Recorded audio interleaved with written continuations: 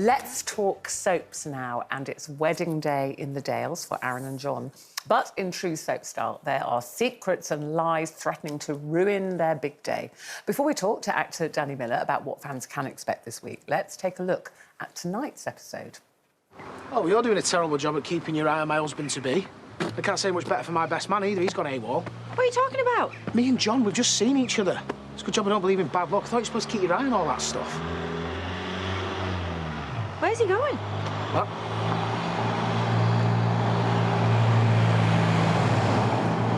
Who was that in the van with him? I think it was Aiden's mum. Aiden, John's ex? John's ex? What? I know, woo indeed. Well, Danny Miller is joining us live from Emmerdale Village. There he is. Good morning, or afternoon, should I say, Danny. The wedding in question... Good morning. Oh, good afternoon, yeah. Yeah, good afternoon. Wedding in question taking place this week. Hopefully, will Aaron get his happily ever after? That is the big question. Well, I mean, it's a typical soap wedding, effectively. We always like to put in a bit of surprises here and there.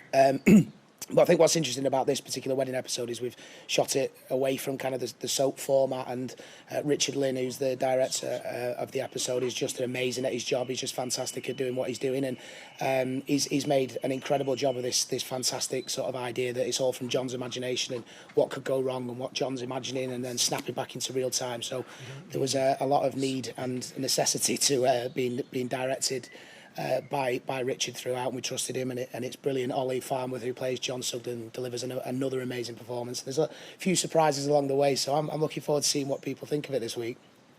And Danny, rumour has it that Robert will be returning, who is your character's ex, but your husband-to-be's brother. Am I right in that?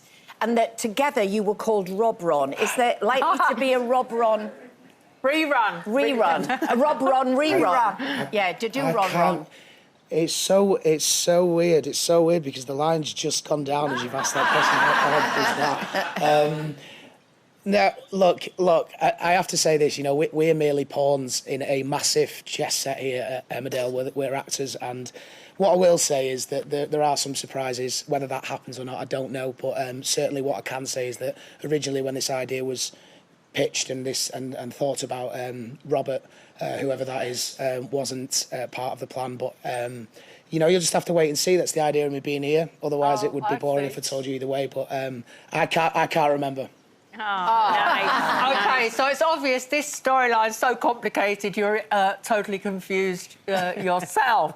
So in the past, some of your storylines have been so tough.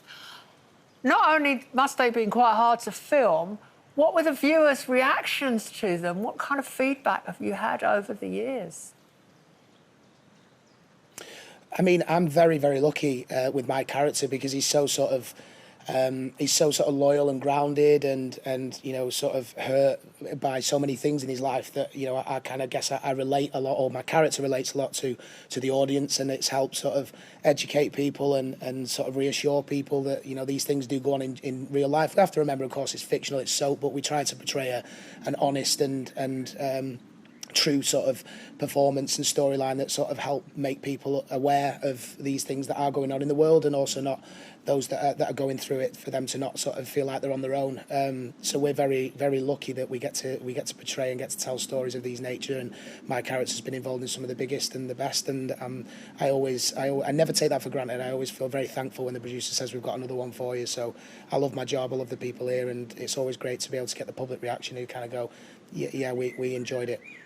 And Danny, if I can talk about another relationship on a more personal level, your dad, Vince, and I go back many, many years. Believe you me, back in the drinking days. And he's a great comic and a great compere. But I know that you've been open about the fact that he's suffering from dementia at the moment, and I just want you to give him my love and our love, and that, you know, I'm thinking of you because I know it's hard because, like you said, you're mourning the person that was before they've actually gone. Yeah, thanks for that, Denise. And I'll absolutely. I'm hoping he's watching in his care home back in Manchester, because I did tell the care staff there, who were amazing, to pop it on so that he could have a little 15 minutes of fame that he's not had for a while.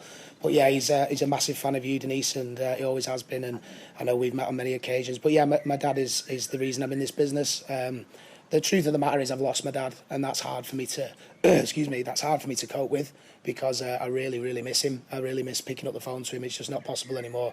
And sometimes when we visit him in the care home, we get the opportunity to have a good visit, and there's bad visits as well. And I've started to sort of log that and sort of put that in almost an Instagram journal, because I know there's lots of people that I've touched and made relationships with in America that have got the same thing, and they're looking after the dad. And it pains me that I can't pick up the phone to my dad anymore. And I always want to make sure that, you know, people out there that are suffering with dementia first hand or second hand, you know, you're not alone. It's a horrible, horrible terminal illness, and it's the long goodbye. There's a great short film on that, and it's hard to watch. But I love my dad so much, and he's the reason that I'm sat here talking to you today. So you know, I love you, Dad, if you're watching, and keep smiling. Oh, lovely. Hi, Danny. I just wanted to say congratulations to you and Steph, because you've recently announced that baby number 3 is on the way. Woo! Yeah, I know. Yeah. How's that? Father of 3. Yes, thank you. I'm guessing that's Colleen, is that? It is me. Yes, Yes. I know.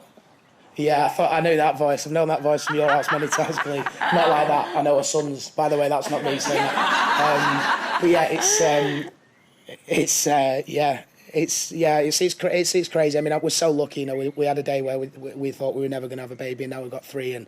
And Steph is just the most amazing mother, the most amazing wife. I'm very lucky to have her. It makes coming here doing these jobs very much an easier thing to do, because I know that the house is on lockdown and looked after well by the captain of the ship in Steph. So Steph and the kids, if you're watching, you shouldn't be, really. You should be out doing something else.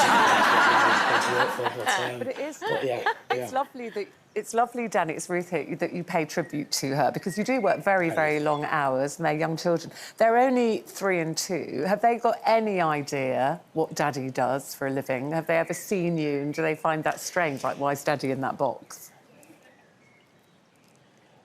Well, I mean, you know, in some senses, yeah. I mean, it was weird, actually. We went to a superstore, shall we say, yesterday, and there was magazines all over, and they were spotting me on all of them because of the wedding this week and stuff, which was really surreal, because it's the first time they go, oh, Dad.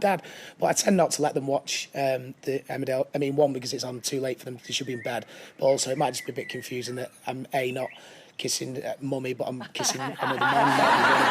But certainly the other side of it is actually that, you know, my character tends to be in a lot of fights and stuff, and I just don't want them to see that, because I don't want them to think I'm that kind of person. I don't want them to say that's what you do when you go to these classes, is punch somebody because you think it's, you know, you don't like their opinion, which is what Aaron seems to do a lot. Well, listen, we love watching his story. We hope he does get his happy ever after. But, you know, thank you. Soap Weddings, we're waiting for the drama. It's on all this week. When 7:30, ITV1 and then ITVX. Danny, thank you so much, and I love to all the cast up there at Emmerdale. Can I just quickly say, sorry? Yeah. Can I just quickly say, sorry if you've got time, I think this was probably the point where I should say, please go and vote for me and everyone at Emmerdale for the NCAs, but I just wanted to send as a fellow Liverpool supporter all the love and support,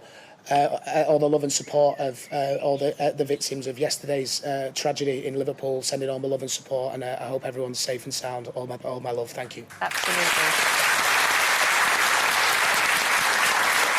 Danny, thank you so much. Thank you very much. It's lovely to talk to you, and we'll see you again very soon. See you.